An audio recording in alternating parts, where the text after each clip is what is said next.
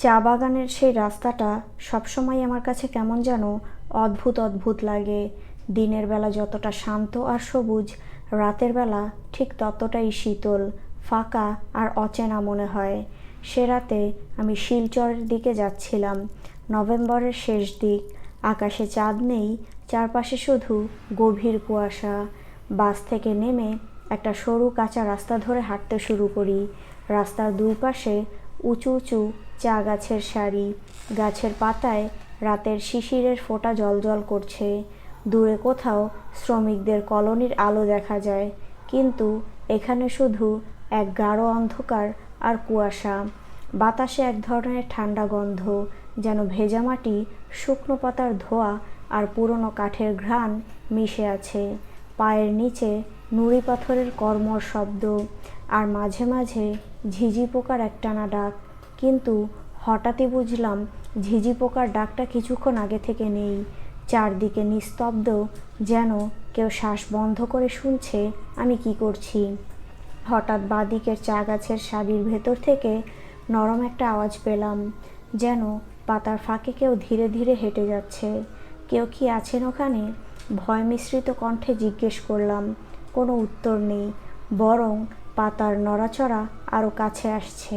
আমি হাঁটতে শুরু করলাম, কিন্তু অনুভব করলাম আমার পায়ের সঙ্গে পায়ের শব্দ মিশে আরেকটা ভারী ধীর শব্দও আসছে, যেন কারো পা মাটিতে টেনে টেনে হাঁটার শব্দ।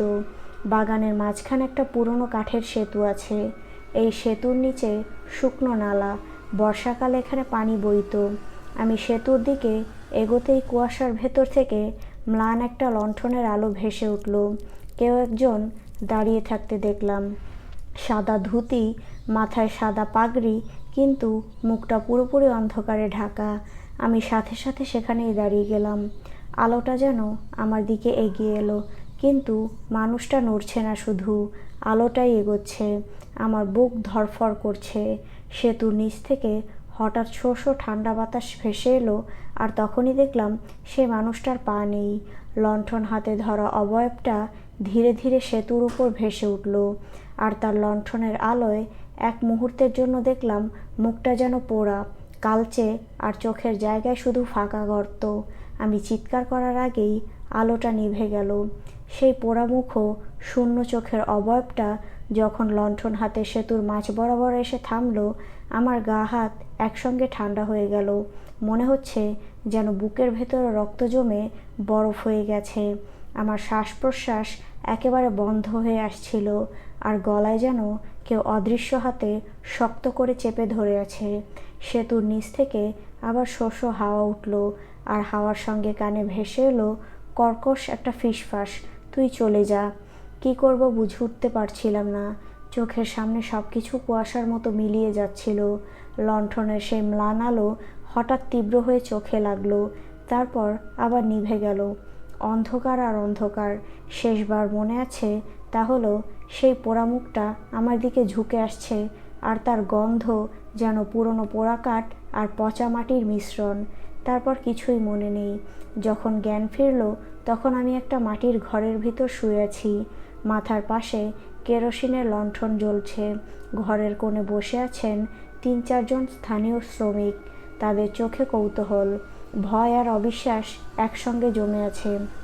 বাবু, আপনি ভাগ্যবান, অনেকে ওই সেতুর ধারে গিয়ে ফেরে নাই, বলে এক বৃদ্ধ শ্রমিক, যার গলার স্বর কর্কশ হলেও চোখে ছিল এক ধরনের উদ্বেগ। আরেকজন বলল, ওইটা বহু পুরনো ঘটনা বাবু। এই বাগানের মালিকের খুন হওয়া, আগুনে পুড়ে মরার কথা, অনেক কাহিনী আছে। কিন্তু রাতের বেলায় কেউ সেতুর ওধারে গেলে সে বাকিটা আর বলল না, শুধু মাথা নিচু করে নিঃশ্বাস ফেলল। আমার পুরো শরীর তখনও ঠান্ডায় কাঁপছে। বুকের ভেতরে ধকধক শব্দ যেন কান ফাটিয়ে দিচ্ছে। আমি বুঝলাম আমি যেটা দেখেছি সেটা স্বপ্ন বা মায়া নয়, বরং এই চা বাগানের এক কালো সত্য। আমি উঠে বসলাম। মাথাটা এখনও ঝিমঝিম করছে। আমার পোশাক ভিজে গেছে, যেন গভীর কুয়াশার ভেতর থেকে আমি এইমাত্র বেরিয়ে এসেছি। লণ্ঠনের ম্লান আলোয় আমি দেখতে পেলাম ঘরের কোণে বসে থাকা শ্রমিকদের চোখ যেন আমার দিকেই। আমি জানতে চাইলাম কে ছিলেন উনি। সেতুর নিচে আর পোড়া মুখ। বৃদ্ধ শ্রমিকটি গভীর দীর্ঘশ্বাস ফেলে বলল, বাবু, উনি হলেন এই বাগানের মালিক। নাম সুরেশ রায়।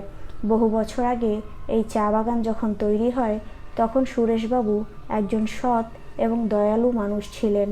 কিন্তু ধীরে ধীরে তার ভেতরে লোভ আর হিংসা বাসা বাঁধল। শ্রমিকদের ওপর অত্যাচার শুরু করলেন। তাদের পাওনা টাকা দিতেন না, আর যারা প্রতিবাদ করত তাদের মারধর করতেন। একটা সময় তার এই অত্যাচার এতটাই চরমে পৌঁছালো যে শ্রমিকরা আর সহ্য করতে পারল না। কথাটা শেষ না করে বৃদ্ধ একটু থামল, যেন কোনো স্মৃতি তাকে কষ্ট দিচ্ছে। এরপর সে আবার বলতে শুরু করলো, একদিন রাতে শ্রমিকরা তাকে এই সেতুর নিচে আটকে ফেলে। তারা তার শরীরে আগুন ধরিয়ে দেয়। সুরেশবাবু বাঁচার জন্য চিৎকার করছিলেন, কিন্তু কেউ তাকে সাহায্য করতে আসেনি। সেদিন থেকেই শোনা যায় সুরেশবাবুর অতৃপ্ত আত্মা প্রতি রাতে ওই সেতুতে ফিরে আসে। সে তার পোড়া মুখ আর শূন্য চোখে সেই সব মানুষ খোঁজে যারা তার এই পরিণতি ঘটিয়েছিল। আর মাঝে মাঝে যে কোনো অপরিচিত মানুষ যারা এই রাত গভীর রাতে এই পথ দিয়ে যায় তাদের সে তার কাছে টেনে নিয়ে যায়। বৃদ্ধের কথাগুলো আমার বুকে একটা কাঁটার মতো বিঁধছিল। তার চোখে ভয় আর দুঃখের এক অদ্ভুত মিশ্রণ দেখা যাচ্ছিল। আমি উঠে দাঁড়ালাম। বাইরে তখনও অন্ধকার, কুয়াশা আরও ঘন হয়েছে। আমি চলে যেতে চাই, কোনো মতে বললাম। শ্রমিকরা আমাকে বাগান থেকে বের হওয়ার রাস্তা দেখিয়ে দিল। আমি তাদের ধন্যবাদ জানিয়ে বেরিয়ে আসলাম। হাঁটতে হাঁটতে মনে হলো যেন কেউ আমাকে পেছন থেকে অনুসরণ করছে। আমি বারবার পেছন ফিরে তাকালাম, কিন্তু কাউকে দেখতে পেলাম না। শুধু সেই পচা গন্ধটা, সেই পোড়া কাঠের গন্ধটা এখনও আমার নাকে লেগে আছে। আমি যখন চা বাগান পেরিয়ে বড় রাস্তায় এসে পৌঁছালাম তখন ভোরের আলো ফুটতে শুরু করেছে। আমি একটা খালি বাস পেলাম আর তাতে উঠে বসলাম।